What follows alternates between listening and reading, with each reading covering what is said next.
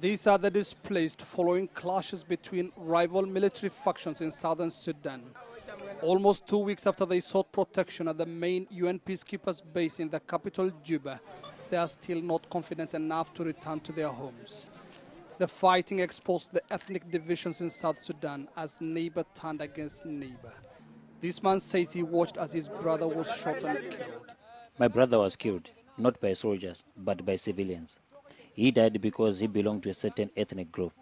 His body was still in the open when I last remember. With thousands living here, the camp is dangerously overcrowded. There is shortage of even the most basic of services such as clean water, but help is beginning to arrive. Here, officials of the World Food Programme distribute food and household items to the displaced. It's been a very challenging task for WFP, the World Food Programme, and its partners in terms of distributing food. We're doing so in a challenging circumstances, but we're doing our utmost. With more and more displaced people seeking shelter in UN camps across the country, the UN peacekeeping mission in South Sudan is overwhelmed.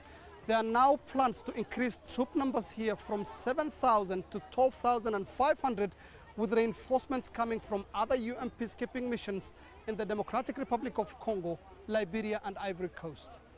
The first of the extra forces, a detachment of 73 police officers from Bangladesh, have already arrived. They are from the UN mission in the Democratic Republic of Congo, MONUSCO.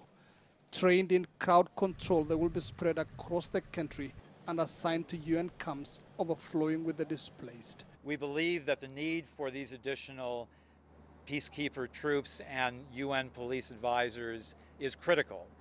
We have something on the order of an estimated 63,000 civilians housed at a dozen locations of the peacekeeping mission around the country. UN officials say, however, that even with additional capabilities, they will not be able to protect every civilian in South Sudan.